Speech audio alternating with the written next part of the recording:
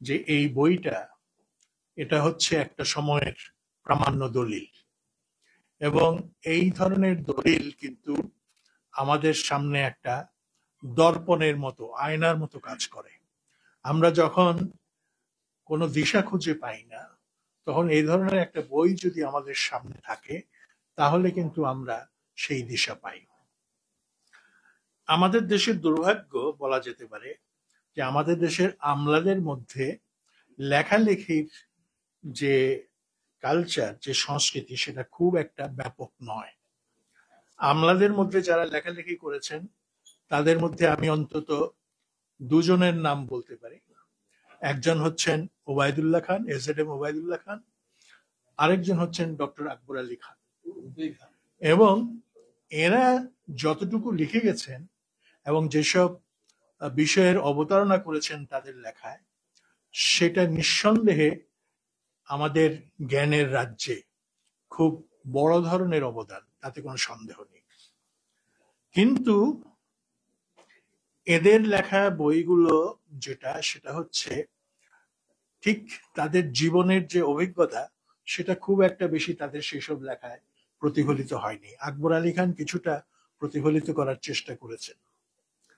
আরেকজন আমলা, তিনি ছিলেন ইংরেজ, তার নামটা মনে করতে পারছি না, কিন্তু তার যে স্মৃতিকথা সেটা খুবই মূল্যবান। সেটা হচ্ছে দি লাস্ট গার্ডিয়ান। দিলারা আপা, আপনি কি এই বইটার লেখকের নাম মনে করতে পারেন? The last guardian.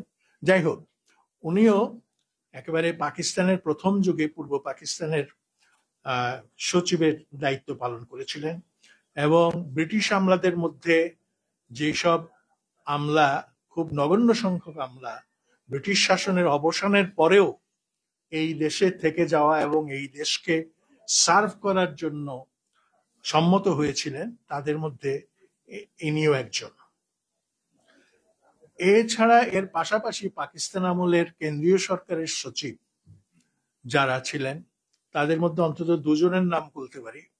একজন হচ্ছেন আলতাফ গওহর, আরেকজন হচ্ছেন কুদরতুল্লাহ সাহাব। তো এই নামগুলো বলছি, এছাড়া আরো অনেকে ছিলেন, এবং তাদের লেখা বইগুলো পড়লেও কিন্তু আমরা সেই সময়কার রাজনীতি সম্পর্কে বেশ কিছু জিনিস, বেশ কিছু রহস্য আমরা উন্মোচন করতে পারি। বিশেষ করে আলতাফ গওহরের লেখা বই আইয়ুব শাসনের ভেতরকার যে চিত্র, সেই চিত্রগুলো তুলে ধরা হয়েছে। তো এখন প্রশ্ন হলো, আমলা থেকে রাজনীতিবিদ হওয়া, এরকম নজির কিন্তু আছে, একেবারে নেই তা নয়। যেমন পাকিস্তানের এক সময় প্রেসিডেন্ট হয়েছিলেন গোলাম ইসাক খান, উনি কিন্তু আমলা ছিলেন, এবং উনি সিরাজ গোলাম মোহাম্মদ, পাকিস্তানের রাজনীতিতে তাদেরকে আমি রাজনীতিবিদ সেভাবে বলবো না, সেটা গোলাম মোহাম্মদের কথা বলা যায়, চৌধুরী মোহাম্মদ আলীর কথা বলা যায়, এদের অনেকের কথাই তো বলা যায়। কিন্তু আজকে যেটা দেখছি, আজকের এই বইয়ের লেখক সুলেমান চৌধুরী সাহেব, তিনি তার আমলা জীবন শেষে তিনি রাজনীতিতে যোগ দিয়েছেন এবং একটা রাজনৈতিক দলের দায়িত্ব নিয়েছেন। আমরা আশা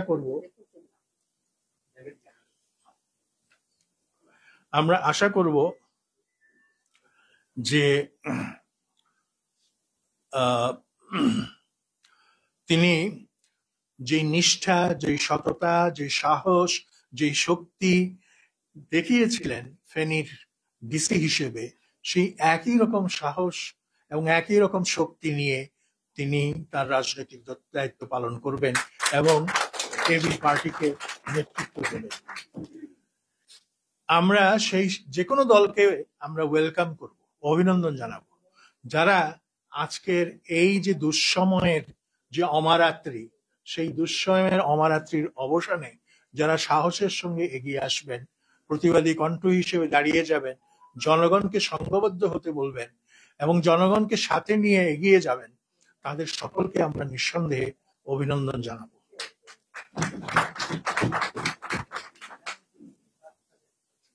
এই বইটির মূল্যটা কি? What is the value of this book? এটাই অত্যন্ত গুরুত্বপূর্ণ বিষয়। অনেক ত্রুটি বিচ্যুতি আছে, অনেক সমালোচনা করা যায়, ভাষার অনেক সীমাবদ্ধতা আছে, কিন্তু সবকিছুর পরেও বড় যে কথা, একটা সময়ের চিত্র কিন্তু এর মধ্যে ফুটে উঠেছে। আমার মনে আছে 2001 সালের যখন নির্বাচন হয়, তখন টেলিভিশনে দেখলাম ফেনীতে কারফিউ জারি, অস্ত্র উদ্ধার এবং সন্ত্রাসকে দমন করার জন্য যে বলিষ্ঠ পদক্ষেপ নেওয়া হয়েছে জেলা প্রশাসকের পক্ষ থেকে, সেই খবর আমরা শুনছিলাম এবং কিছুতে বিস্মিত হয়েছিলাম যেখানে জয়নাল হাজারীর মতো একজন সন্ত্রাসীর অভ্যুদয় ঘটেছে, তাকে কোনো তার কেশ স্পর্শ করা যাবে এটা কেউ বিশ্বাস করতো না। সেই রকম একটা অবস্থায় সুলেমান চৌধুরী সাহেব কিন্তু সেখানে তার দায়িত্ব পালন করেছেন। আজকে আমাদের যারা জেলা প্রশাসক বলি বা মাঠ পর্যায়ের আমলা বলি বা এমনকি যারা একেবারে সচিবালয়ের আমলা, তাদের কিন্তু প্রত্যেকের জীবনেই কিন্তু বেশ কিছু অভিজ্ঞতা থাকে এবং সেই অভিজ্ঞতাগুলো যদি তারা সৎভাবে, নিষ্ঠার সঙ্গে এবং সত্যভাবে তুলে ধরেন, তাইলে কিন্তু ইতিহাসের অনেক উপকার হয়, ইতিহাস অনেক বেশি সমৃদ্ধ হয়। এবং আমি মনে করি যে সুলেমান চৌধুরী সাহেবের এই বইটা একটা ইতিহাসের অমূল্য উপাদান। এইখানে খুব চমৎকার ভাবে তিনি একটা চ্যাপ্টার লিখেছেন যে কিভাবে সেখানে ফেনী সন্ত্রাসের জনপদ হয়ে উঠল। আমার মনে হয় এই জায়গাটা আরো গভীরভাবে, আরো ব্যাপকভাবে আরো বিশ্লেষিত হওয়া উচিত। কারণ আমাদের বাংলাদেশের অনেকগুলো সমস্যা, কিন্তু তার মধ্যে একটা বড় সমস্যা হচ্ছে সন্ত্রাস, এবং এই সন্ত্রাসের কারণেই কিন্তু গণতন্ত্র এগুতে পারে না।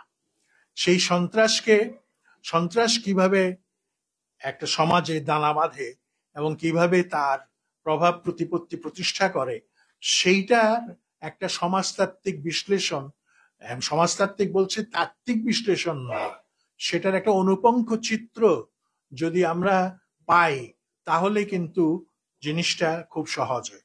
তার বই থেকে যেটা জানা যায় সেটা হচ্ছে যে ফেনীতে যে সন্ত্রাসের রাজত্ব প্রতিষ্ঠিত হয়েছিল এরশাদের আমল থেকে যার সূচনা এবং যার পরিণতি পরবর্তী আওয়ামী লীগ আমলে, এই একটা যে ধারাবাহিকতা আছে, সেখান থেকে একটা জিনিস বোঝা যায় যে রাষ্ট্রের উচ্চ মহলের সমর্থন না থাকলে বাংলাদেশের মতো দেশেও আপনার সন্ত্রাসীরা তারা কিভাবে যেটা অপ্রতিরোধ্য হয়ে ওঠে।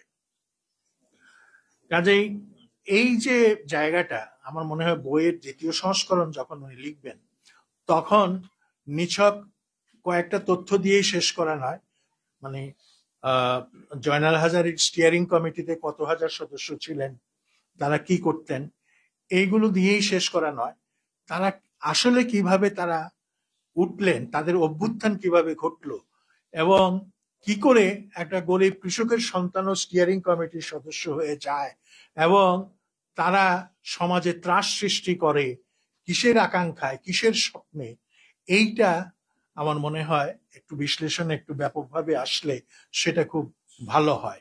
কারণ এগুলো যদি আমরা খুব ভালো করে না জানি তাহলে কিন্তু আমরা ঠিক সন্ত্রাসের বিরুদ্ধে যে রাজনৈতিক কৌশল গ্রহণ করতে হবে, আন্দোলনের যে কৌশল গ্রহণ করতে হবে, সেটা কিন্তু আমরা ভালো করে বুঝবো না। এবং পৃথিবীর বেশ কিছু দেশ আছে যেখানে মাফিয়ার রাজত্ব কায়েম হয়েছে। ইতালির কথা আমরা জানি, এমনকি ল্যাটিন আমেরিকাতে কলম্বিয়ার কথা আমরা জানি, এবং সেখানে দেখা যাচ্ছে কলম্বিয়ার যে সন্ত্রাস, সেটা হচ্ছে যে একসময় যারা বামপন্থী রাজনীতি করত এবং তারা সশস্ত্র সংগ্রামে বিশ্বাস করত, তারাই একসময় অপ্রতিরোধ্য সন্ত্রাসীতে পরিণত হয় এবং সেখানে এফএআর বলে যে সংগঠনটি, সেটাই কিন্তু শেষ পর্যন্ত কিন্তু কলম্বিয়ার সরকারকেও তাদের সঙ্গে নেগোশিয়েট করে কথাবার্তা বলেই কিন্তু তাদেরকে এই মুক্ত পথে নিয়ে আসা সম্ভব হয়েছে। কাজে একটা দেশের সন্ত্রাস যদি খুব প্রচন্ড ভাবে দানা বাঁধে, সেটা তো সেই দেশের উন্নতি বলেন, প্রগতি বলেন, গণতন্ত্র বলেন, রাজনীতি বলেন, সবকিছুর পথে একটা বড় ধরনের বাধা হয়ে দাঁড়ায়। এবং এটাকে উৎপাটন করতে না পারলে আমার মনে হয় অনেক সময় সরকারের খুব সদিচ্ছা থাকলেও অনেক কিছু করা সম্ভব হয় না।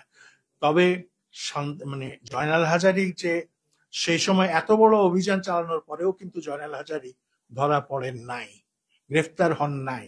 তিনি কিন্তু সীমান্তের অপর পারে পালিয়ে গিয়েছিলেন এবং সেখান থেকেই তিনি মানে মোবাইল ফোনের মাধ্যমে তার অনুসারীদেরকে নেতৃত্ব দিয়েছেন, তাদেরকে কর্মপন্থা তাদের প্রতি নির্দেশ করেছেন, যেটা এই বইতে আমরা জানতে পারি। এখন প্রশ্ন হলো, এই বইতেই আবার আছে লতিফুর রহমান সাহেবের সরকার যখন সিদ্ধান্ত নিল যে এই ধরনের যে সমস্ত বাংলাদেশের বিভিন্ন স্থানে সেই সময় কিন্তু এলাকায় এলাকায় কিছু ওয়ারলট তৈরি হয়ে গিয়েছিল, ফেনী তাদের মধ্যে একটা, ওইদিকে আপনার বোধহয় কিশোরগঞ্জে, হ্যাঁ গফরগাঁওতে আলতাফ বলরাজ, তারপরে নারায়ণগঞ্জের কথা আমরা জানি, তারপরে রায়পুরের কথা, লক্ষ্মীপুরের কথা আমরা জানি। এইগুলো কিন্তু আমরা জানি এগুলো, এবং সেই সময় কেয়ারটেকার গভর্নমেন্ট কিন্তু এদেরকে দমন করার জন্য সঠিকভাবে সিদ্ধান্ত নিয়েছিল। আজকে আমরা দেখছি যে লতিফুর রহমান সাহেবের সরকার যে কত খারাপ ছিল, কত বায়াস ছিল, কত পক্ষপাত দুষ্ট ছিল, সেটা বলার জন্য কিন্তু লোকের অভাব নাই। এখন কোনো একটা দল যদি হেরে যায় তখন বলা হয় যে অমুকের কারণেই এরা হেরে গেছে, নাইলে কিন্তু এরা এত জনপ্রিয় ছিলেন যে তাদেরই জয়লাভের সম্ভাবনা ছিল। তো ঘটনাগুলো অনেকটা এই রকম।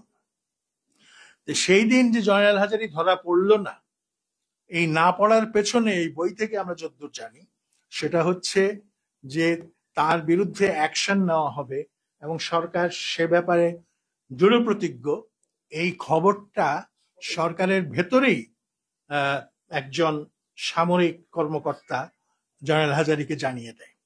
এখন এখানে বুঝতে হবে বাংলাদেশের সমাজটা কিরকম, কেন একজন আমলা তার এই দায়িত্ব যেটা তার পালন করার কথা ছিল, অর্থাৎ এই তথ্য গোপন রাখার দায়িত্ব যার ছিল, তিনি কেন সেটা প্রকাশ করে দিলেন। এখন বাংলাদেশের সমাজটা হলো, এটা সমাজতাত্ত্বিকরা বলেন যে এইখানে একটা মাল্টিপ্লেক্স রিলেশন কাজ করে।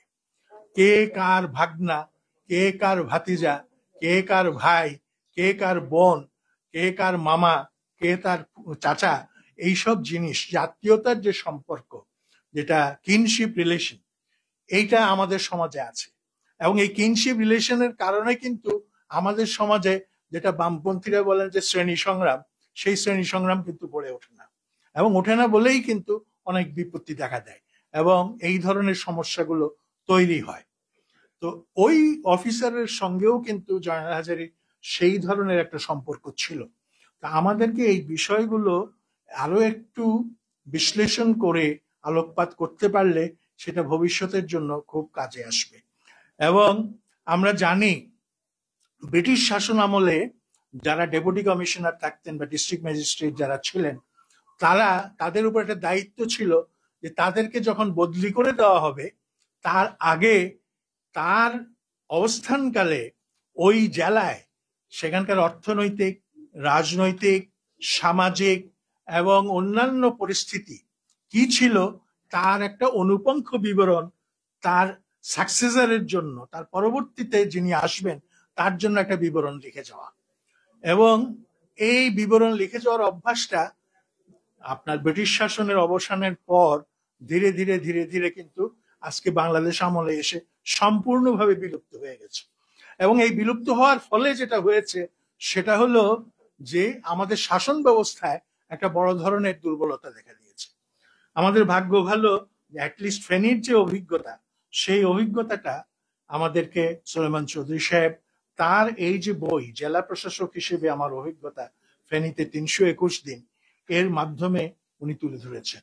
এবং তিনি যে অকুতভয় ছিলেন তার বড় প্রমাণ হচ্ছে তাকে কাফনের কাপড় পাঠিয়ে ভয় দেখানো হয়েছে, কিন্তু তিনি ভীত হননি, তিনি চুপ করে যাননি, তিনি পিছিয়ে পড়েননি। তো আজকে এইখানে তাকে শুধু আমি অভিনন্দিতই করব এই জন্য যে একটা হচ্ছে ইতিহাসের কাছে তিনি তার দায়িত্ব পালন করেছেন, এবং সেই দায়িত্ব কিভাবে পালন করেছেন সেইটা আমরা এই বই পড়ে জানতে পারবো।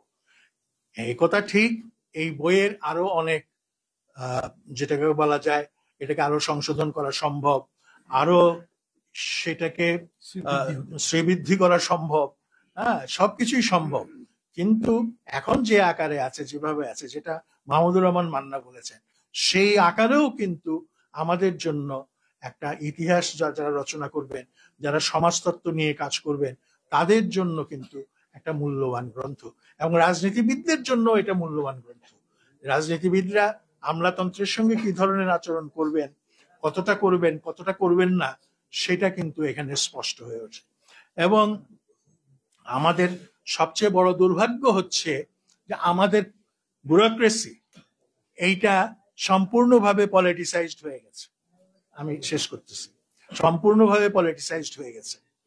কারণ এইখানে আমরা আমলাতন্ত্রের কাছে আমলাতন্ত্র সূচক যে আচরণ, সেটা আমরা আর আশা করতে পারি না। এখানে কথা উঠেছে যে আব্দুল্লাহ সিকদার বলেছেন যে আমলাতন্ত্রের জনক হচ্ছেন ম্যাক্স ওয়েবার। কথাটা বোধহয় ঠিক না। ম্যাক্স ওয়েবার আমলাতন্ত্রের যে তত্ত্ব বা আমলাতন্ত্রের যে কর্মকাণ্ড, সেগুলোকে বিশ্লেষণ করেছেন, এবং তিনি বলেছেন আমলাতন্ত্র হবে নৈর্ব্যক্তিক। ওই কারো প্রতি ক্ষোভে, মানে বিদ্বেষের কারণে বা কারোর প্রতি ভালোবাসার কারণে, হ্যাঁ, তারা সেই কোনো আচরণ করবেন না। অত্যন্ত নিরপেক্ষভাবে তারা তাদের দায়িত্ব পালন করবেন। এবং আমলাতন্ত্রের আরেকটা বৈশিষ্ট্য হচ্ছে পদসোপান, হায়ারার্কি, নিচের পদে একজন, তারপরে একজন, তারপরে একজন, এই ধরনের একটা ব্যবস্থা, যেই ব্যবস্থায় তারা মানে যেটা হচ্ছে মানে উপরের যে আদেশ সেটা কার্যকর করার জন্য তারা দায়িত্ব পালন করবেন। আমাদের দেশে আমলাতন্ত্রের সবচেয়ে বড় সর্বনাশ হয়ে গেছিল সেটা 1996 সালে। এইখানে একটা আমলা বিদ্রোহ হয়েছিল, এবং এই আমলাতন্ত্র সেদিন একটা নির্বাচিত সরকারের বিরুদ্ধে দাঁড়িয়েছিল, যেটা তাদের মোটেও দায়িত্ব না। এবং তারা যেই স্লোগান নিয়ে এখানে তাদের যে মানে যেটা বলা যায় একটা রাষ্ট্রদ্রোহিতার পর্যায়ে তারা যা করেছেন, সেটা কোনো ক্রমেই কাম্য ছিল না। সেই থেকে আমলাতন্ত্র দলমন্য হয়ে গেছে, এবং আমলাতন্ত্র এখন সোজাসুজি যে কথাটা বলা যায় সেটা হচ্ছে এদের নিয়োগ বা এদের পদোন্নতি সবকিছুই কিন্তু রাজনৈতিক সম্পর্কের উপর নির্ভর করে। এখন একটা কথা চালু হয়েছে আমলাতন্ত্রের মধ্যে, সেটা হচ্ছে কারো পদোন্নতি হবে কিনা সেটা নির্ভর করে ডিএনএ টেস্টের উপরে। এই কথাটা আমলাতন্ত্রের মধ্যে ব্যাপকভাবে চালু আছে।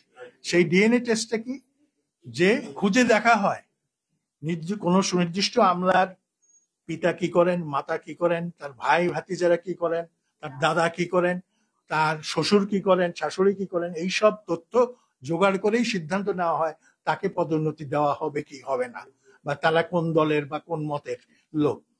এই অবস্থায় একটা দেশ কিন্তু চলে না। আমলাতন্ত্র নিঃসন্দেহে একটা দেশের জন্য অপরিহার্য, সেটা যে কোনো দেশই হোক, সমাজতান্ত্রিক দেশ হোক আর পুঁজিবাদী দেশ হোক। কিন্তু আমলাতন্ত্রকে যদি রাজনৈতিকভাবে এভাবে ব্যবহার করা হয়, তাহলে সেখানে আর যাই হোক গণতন্ত্র সম্ভব নয়, নিরপেক্ষ নির্বাচনও সম্ভব নয়। তো আজকে আমাদের সামনে অনেক রকম বাধা, বিশাল বিশাল বাধা, বিন্ধ্যাচলের মতো বাধা।